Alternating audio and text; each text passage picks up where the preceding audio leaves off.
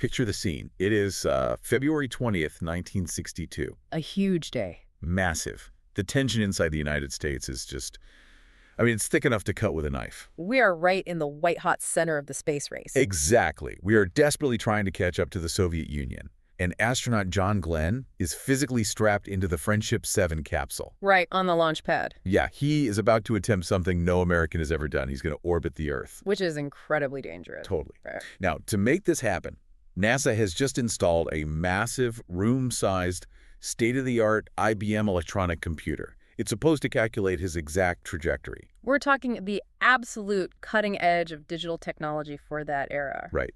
But there is a massive problem. Glenn refuses to fly. He won't do it. No. He looks at this blinking, multi-million-dollar mainframe, and he essentially says, I don't trust it. Yeah, he will not agree to be launched into the void of space. Right, betting his life on these new electronic calculations, unless one specific person personally verifies the computer's output by hand. By hand. Let that sink in. Only when she says the complex orbital equations are good will he give the green light. It is the ultimate high-stakes moment. I mean, you have the entire weight of American ambition, Yeah. the existential pressure of the Cold War, and the life of a national hero hanging in the balance. And the person Glenn is trusting as his ultimate fail-safe over this technological marvel. Right. It's a black woman working in the segregated American South.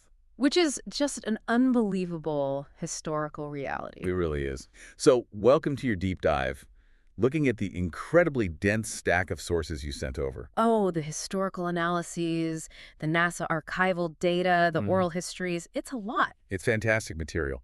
We are exploring the extraordinary 101-year life of Katherine Johnson, born Creola Katherine Coleman. We're taking your notes and unpacking a journey that honestly reads like fiction. It really does.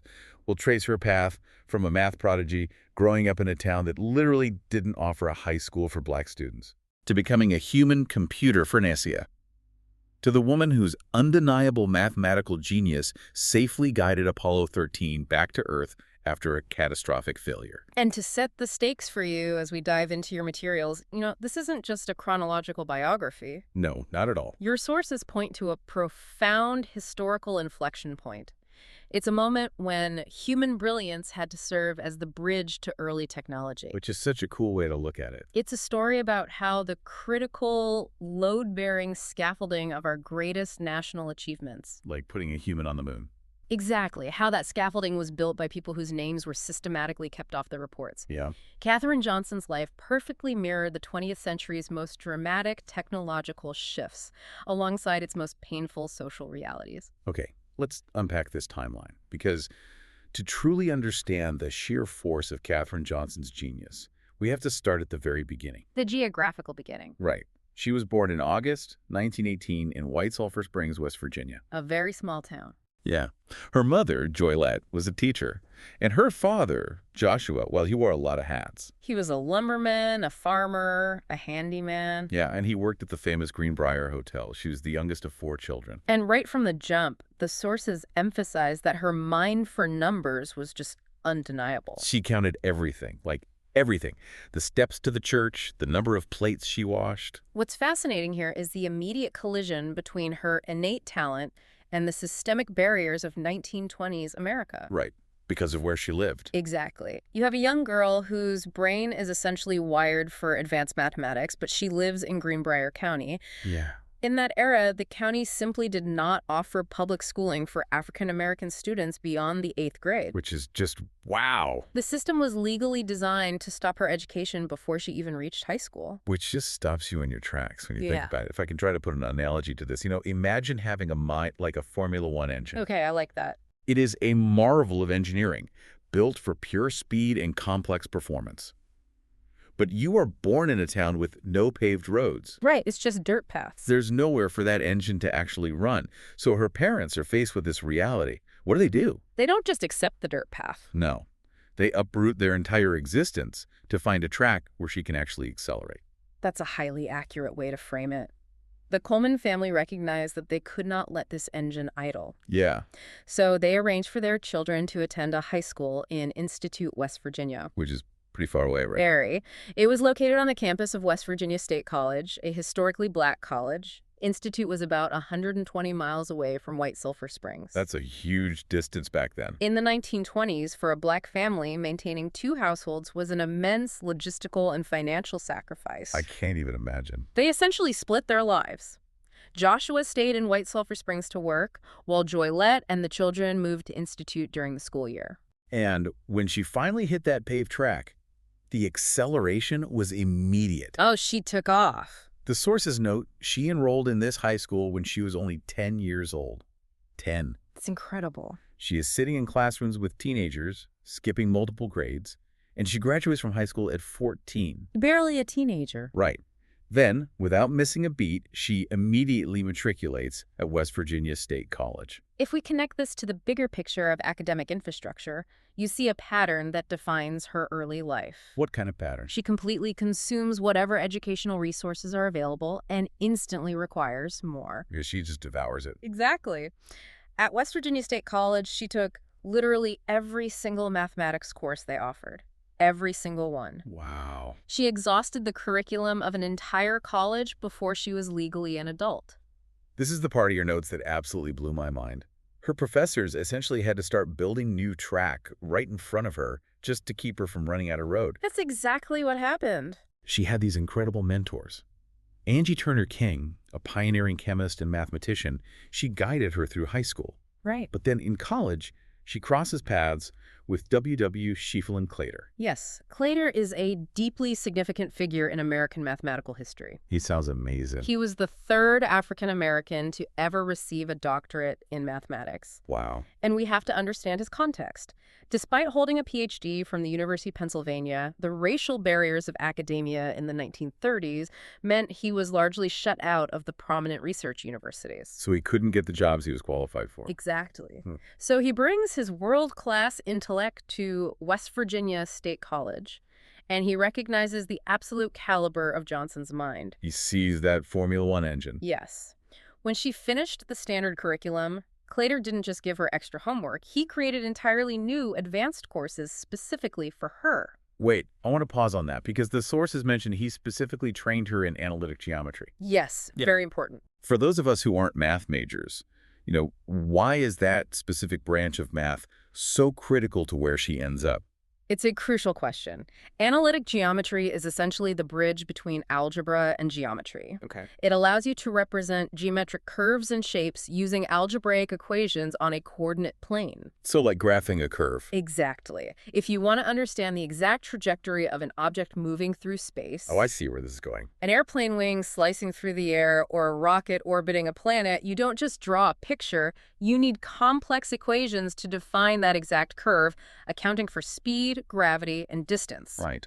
Clater was effectively giving her the exact mathematical tools required for orbital mechanics decades before the space race even existed. That is just wild to talk about right place, right time. He even told her, "You would make a good research mathematician, and I'm going to see that you are prepared." And prepared she was. She graduated summa cum laude at age 18 in 1937 with dual degrees in mathematics and French. At 8? At 18. But her educational journey was about to collide with major American legal history. Yes. A big shift was coming. After graduating, she takes a teaching job at a black public school in Marion, Virginia. She marries her first husband, James Goebel, in 1939. Right. But that exact same year, she is thrust into the national spotlight regarding integration. She enrolls in a graduate mathematics program at West Virginia University. This raises an important question about the legal landscape of the 1930s. This wasn't just a simple enrollment. No, it was a massive deal. In 1938, the United States Supreme Court handed down a ruling in Missouri Exprell, Gaines v. Canada. Okay, what did that ruling do? The court mandated that states providing public higher education to white students had to provide it to black students as well. So they couldn't just have white-only grad schools anymore. Exactly. States could either build separate, entirely equal black institutions, which was financially prohibitive, Way too expensive. or they had to integrate their formerly white-only universities. Right, so West Virginia's governor decides to integrate West Virginia University. Yep. And the president of West Virginia State College, John W. Davis, is tasked with choosing the absolute brightest minds to be the first to break the color barrier. He selects 3 students. Yeah, and Katherine Johnson was one of them, and the only woman, to integrate WVU's graduate school. An incredible honor. She walked into an all-white, male-dominated graduate math program in 1939. It was a monumental achievement, but also an incredibly isolating one. I can't imagine the pressure. And as your sources point out, she actually left the program after the first session. Really? Why? She discovered she was pregnant and chose to step back and focus on her family, raising her 3 daughters. So here is where it gets really interesting. You have this generational genius, armed with custom-built knowledge of analytic geometry, who steps away from academia to raise a family in the 1940s. A very common story for women of that era. Yeah. How on earth does a brilliant black female mathematician living under Jim Crow laws eventually find her way to the white-hot center of the American space program?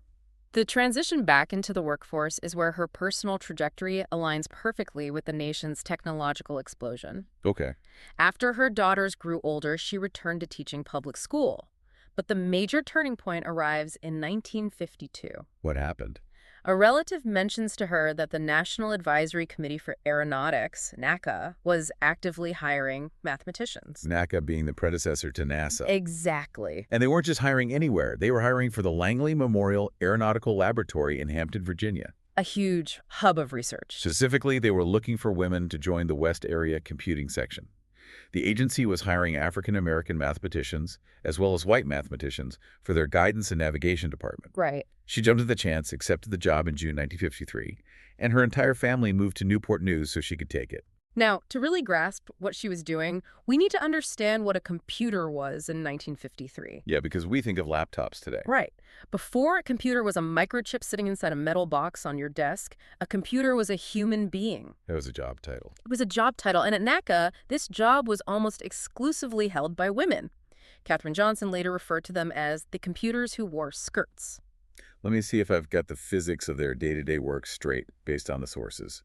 The notes say they were processing data from wind tunnels and flight tests, right? Yes, massive amounts of data. Calculating things like gust alleviation. But what does that actually mean? Are they just doing long division all day?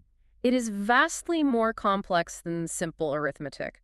When an experimental aircraft is put into a wind tunnel, or when it flies through the actual atmosphere, it encounters turbulence, gusts of air. Like when you're on a commercial flight and it gets bumpy. Precisely. Gust alleviation is the science of calculating how those sudden aerodynamic loads distribute across the wings and the fuselage. The engineers would record raw data from the plane's instruments, things like air pressure, velocity, and shear force on long strips of oscillograph film. So just lines on film. Right. The human computers had to read that raw data and use advanced calculus and differential equations to translate it into usable charts. Wow. They were calculating the exact breaking point of metal flying at hundreds of miles an hour. Okay, so the work is undeniably cutting edge. It is the absolute frontier of aerospace engineering. Absolutely. But the physical environment where they're doing this work is anchored in the darkest parts of America's past. It's a very stark contrast. Because of Virginia's racial segregation laws and federal workplace segregation policies that had lingered since the Woodrow Wilson administration, Johnson and the other African-American women were forced to work in a completely separate room. Yes. Their office literally had a sign on the door that read, "Colored computers." They had to eat at separate tables in the cafeteria. They had to use separate designated bathrooms. The juxtaposition is stark. They are engineering the future of human flight, but they are forced to navigate the daily systemic degradation of Jim Crow. And this is where I really have to push back on something in your sources, or at least try to understand it, because I struggle to wrap my head around her reaction to this. Her perspective on the segregation. Yeah. When asked about working in these conditions, Katherine Johnson later said, "I didn't feel the segregation at NASA because everybody there was doing research. You had a mission and you worked on it. I didn't feel any segregation. I knew it was there, but I didn't feel it." It's a very powerful quote. How is that psychologically possible? How do you compartmentalize the fact that the people relying on your genius won't even let you use the same coffee pot? It's a profound question, and I think it speaks to a highly specific psychological armor. Yeah. When you analyze her oral histories, you see a hyper-focus that borders on the transcendent. She is not denying the physical reality. She acknowledges she knew the segregated bathrooms were there. Right, she wasn't blind to it. But she refused to internalize the psychological inferiority that those systems were designed to project. Oh, that's interesting. For Johnson, mathematics was pure. The research was the ultimate equalizer. Yeah. An equation doesn't have a race. When you're calculating the exact aerodynamic stress on a swept-wing aircraft, the math doesn't care about the color of the hand holding the pencil. The math doesn't care. That is a powerful way to look at it. It's almost like the mission itself became her shield against the indignity of the environment. Very much so. And that mission-first mindset is exactly what got her pulled out of that segregated computing pool in the West area and thrust right into a room full of white male flight engineers. Yes, her transition into the flight research division is a pivotal moment. How did that happen? Well, the computing pool functioned as a sort of on-demand brain trust for the engineers. An engineering group would request a computer to help with a specific project. Like checking out a book from a library, almost. Exactly. Johnson and a colleague were temporarily assigned to help the all-male flight research team. And I love this detail. Her deep knowledge of analytic geometry, the exact thing Professor Claytor hammered into her back in college, It comes back to save the day. was so vital to these male bosses that, as she put it, they forgot to return me to the pool. They just kept her. They just kept her. The complex curves of flight trajectories required exactly what she knew how to do. They literally couldn't afford to send her back. What's fascinating here is how it's a perfect example of how undeniable, irreplaceable competence can sometimes force a crack in rigid institutional systems. You just can't argue with results. Right. They needed her mind too much to abide by the standard bureaucratic boundaries. But, and this is crucial for the listener to understand, just being in the room did not equate to being seen as an equal. No, definitely not. The structural barriers of gender and race were still entirely present. Right. It wasn't a sudden utopian environment. The men were still the engineers, and she was still technically a computer. Just a title, but an important distinction back then. But the sources show she refused to stay in the shadows. She described herself as being assertive. Very assertive. She started asking to attend the editorial meetings where the flight test results were discussed and finalized. Up until this point, women simply did not go to these meetings. It was an unwritten rule. And we have to ask why that rule existed. The editorial meetings were where the intellectual ownership of the work was established. Ah, who gets the credit? Exactly. To keep women out of those meetings was to keep them as invisible labor.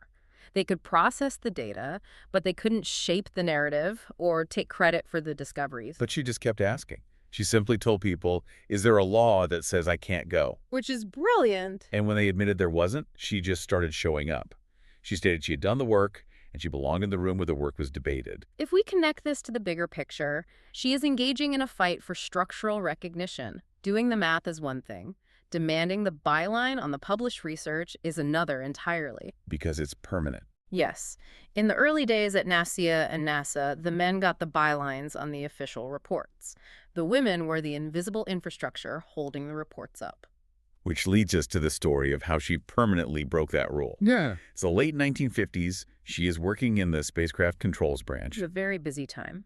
She is collaborating heavily with an engineer named Ted Skopinski, and their direct supervisor is a man named Henry Pearson. Right. Now, the sources note, based on Johnson's own recollections, that Pearson was not a fan of women. He was very much a product of his era. Yeah. Skopinski and Johnson are working on this deeply complex report. It's a 1960 paper titled Determination of Azimuth Angle at Burnout for Placing a Satellite over a Selected Earth Position. Okay, let's break down the physics of that title because it is the foundational math of the space race. Please do, because it sounds like another language. Azimuth angle at burnout. When you launch a rocket to put a satellite into orbit, you aren't just shooting it straight up.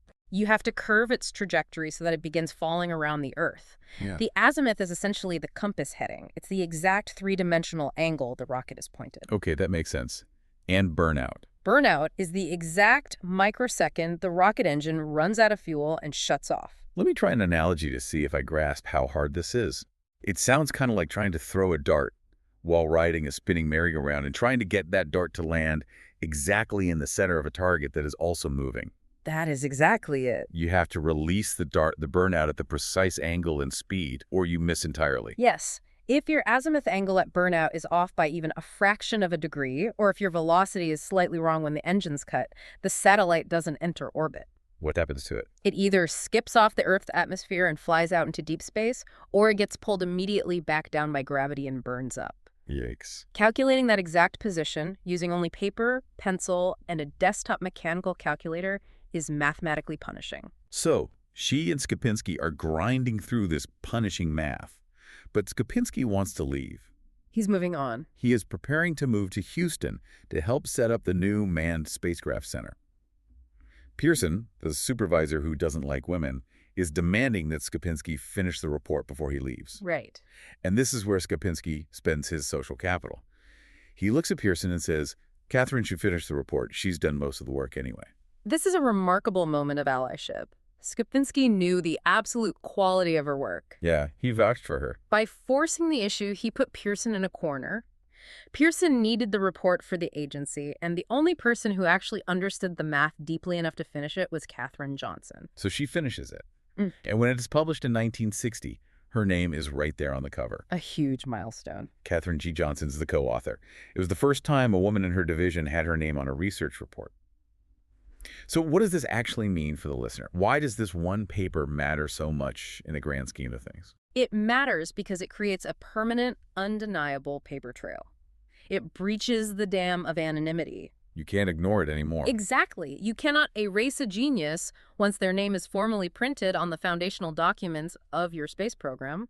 She established a documented record of her accuracy. Which is going to be very important very soon. Yes. When you prove you can calculate orbital insertion mathematically, you set the stage for the absolute trust the astronauts would soon place in you.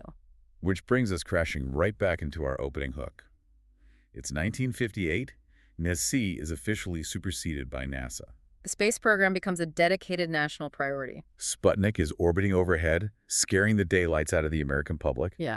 NASA starts bringing in these massive electronic computers and finally disbands the segregated West Area computing pool. Things are modernizing. The installation is technically desegregated, though obviously racial prejudice doesn't just evaporate overnight. And we enter the era of Project Mercury, human spaceflight. The stakes undergo a massive paradigm shift here. Yeah. It's no longer just theoretical aircraft stress tests or unmanned satellite trajectories. The stakes are now human lives strapped to the top of experimental, highly volatile rockets. Yeah, a real person is in there. In 1961, she calculates the trajectory for Alan Shepard's flight, making him the very first American in space. She calculated his launch window, and critically, she plotted the backup navigation charts. Yes, in case everything failed. If the electronics failed, the pilots needed a manual map. Because of her precise trajectory calculations, when Shepard's Freedom 7 capsule splashed down in the Atlantic, the Navy knew exactly where to look. They recovered him quickly. A huge success. But Shepard's flight was suborbital.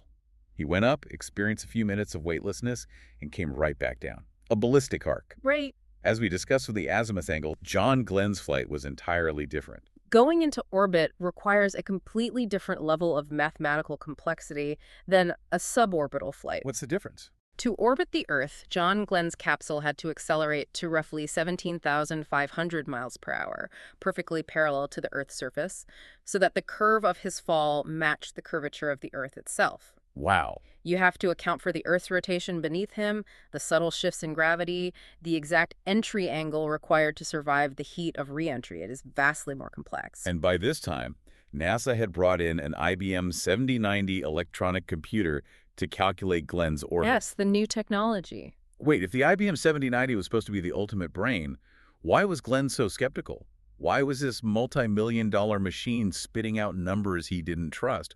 What was actually wrong with early code? We tend to view computers today as infallible, but in 1962, computing was a highly physical, volatile process. It wasn't just an app on a phone. No, the IBM 7090 used thousands of transistors and magnetic core memory.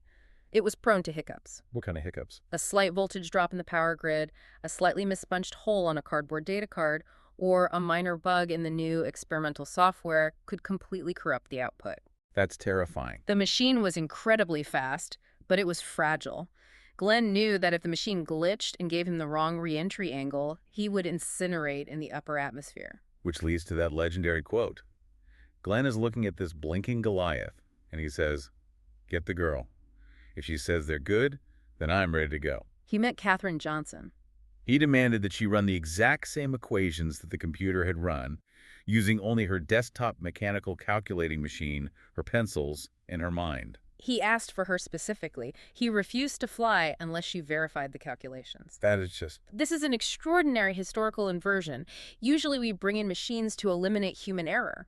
Here, the astronaut demands the human to check the machine's error. Margot Lee Shetterly, who wrote the incredible book Hidden Figures, put it so beautifully in the source material. She noted that John Glenn, a man who was about to become a global icon of American bravery, looked to a black woman in the still segregated South as the ultimate failsafe for his mission. It's a beautiful way to phrase it. In an era where manual computing was increasingly dismissed as women's work and real engineering was seen as the prestigious realm of men, Glenn bet his life on her mind. And what's fascinating here is the pivotal role she played in the technological transition itself. How do you mean? By grinding through those numbers for a day and a half and verifying that the computer's output was indeed correct, her reputation for absolute accuracy actually helped establish NASA's confidence in the new digital technology. Oh, wow. I never thought about it like that. She ironically helped usher in the era of electronic computing by proving the machines were as good as she was. As good as she was. Yeah. What an unbelievable bar to set. And her role didn't diminish as the machines got better. Because once we mastered low Earth orbit, President Kennedy pointed at the moon. The math was about to get infinitely more complicated. The Apollo program. Moving from low Earth orbit to a lunar trajectory involves calculating the gravitational pull of two celestial bodies simultaneously. The Earth and the moon. Right. While navigating a moving target 250,000 miles away. In 1969, she helped calculate the trajectory for the historic Apollo 11 flight. Think about where she was when Neil Armstrong and Buzz Aldrin actually took those first steps on the lunar dust. It's a great story. She wasn't standing in mission control in Houston, smoking a cigar. The sources mentioned she was at a meeting in the Pocono Mountains. Yeah, at a resort. She was crowded around a small television screen with a few colleagues, watching the culmination of her mathematical scaffolding play out on live TV. It's such a humble, grounded image for the person who literally drew the map to get them there. But as vital as Apollo 11 was, her most critical contribution to the Apollo program might have come a year later, during a moment of sheer terror. Apollo 13. Apollo 13 in April 1970. Houston, we've had a problem. The oxygen tank in the service module explodes. The mission to land on the moon is instantly aborted. The spacecraft is crippled. They are losing power, they are losing oxygen, and they are drifting in the void of space. Imagine the atmosphere inside NASA at that exact moment.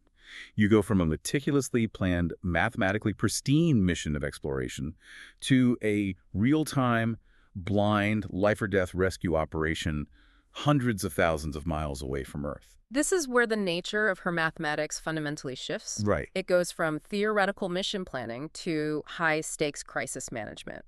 When Apollo 13 suffered its catastrophic failure, the crew had to power down the command module to save battery life. Which means they lost their computers. That meant they lost their primary digital navigation systems. Johnson's previous meticulous work on backup procedures suddenly became a literal lifeline. The sources specifically highlight that she had helped create a one-star observation system. Let's break that down because it sounds like ancient sailing, but in space. It is, very much so. How do you navigate a crippled, freezing spaceship using a single star? It is exactly like celestial navigation used by ancient sailors, but applied to a three-dimensional vacuum. If you lose your digital inertial guidance system, you have to find out exactly where you are and how you are oriented. Right, because you're tumbling in the dark. The astronauts had to use an optical instrument called a sextant built into the spacecraft. They had to visually locate one known navigational star, measure the precise angle from that star to the Earth's horizon, and use complex charts to triangulate their exact position in space. And who made those charts? Johnson provided the mathematical tables and the charts that made those manual calculations possible. Without her math, they couldn't figure out where they were, let alone how to aim for Earth. In an interview, years later, she reflected on this time, saying, everybody was concerned about them getting there. We were concerned about them getting back. Getting them home. And that return path was incredibly tight. If her backup numbers were off by a fraction of a degree, the crew hits the Earth's atmosphere too steep and burns up, or they hit it too shallow and bounce off into deep space forever. The margins were practically non-existent. Her calculations helped set the safe return path that brought that crew home. We were concerned about them getting back. It highlights a profound sense of responsibility. She wasn't just doing abstract math, she was holding the lives of those men in her equations. Yeah. She spent years continuing this vital work. She worked on the Earth Resources Satellite. She authored or co-authored 26 research reports. She worked on the Space Shuttle program. She's just kept going. She even worked on the early theoretical calculations for a human mission to Mars before she finally retired from NASA in 1986. Her career spanned the propeller age to the space station age. And yet, for decades after she retired, her name and the names of her colleagues, like Dorothy Vaughan and Mary Jackson, were almost entirely unknown to the general public. Almost entirely hidden. Their scientific impact was monumental. It literally shaped the 20th century. But their cultural impact was drastically delayed. History took a very long time to catch up and provide the proper perspective on the invisible labor done by these women. That delay is a common theme in the history of science, particularly for women and people of color. Their work was structurally embedded in the success of the agency, but it wasn't publicly celebrated. When history finally did catch up, it caught up with a megaphone. Let's talk about the era of the unhidden figures. Yes, let's. For decades, Katherine Johnson was quietly living her life. She sang in the choir at Carver Memorial Presbyterian Church. The sources say she was a choir member there for 50 years. That's dedication. She was enjoying her retirement with her second husband, Jim Johnson, whom she was married to for 60 years. She was a grandmother and a great-grandmother living a quiet life in Hampton, Virginia. But the release of the 2016 film Hidden Figures, based on Margot Lee Shetterly's phenomenal book, brought Katherine Johnson's story out of the NASA archives and into the global mainstream. It was huge. Taraji P. Henson portrayed her on screen, and the cultural impact was explosive. Suddenly, everyone knew her name. And rightly so. At the 89th Academy Awards, Johnson was brought out on stage in her wheelchair and received a massive, tearful standing ovation from the entire audience. She was ever humble about it. She said of the movie, "It was well done. The three leading ladies did an excellent job portraying us."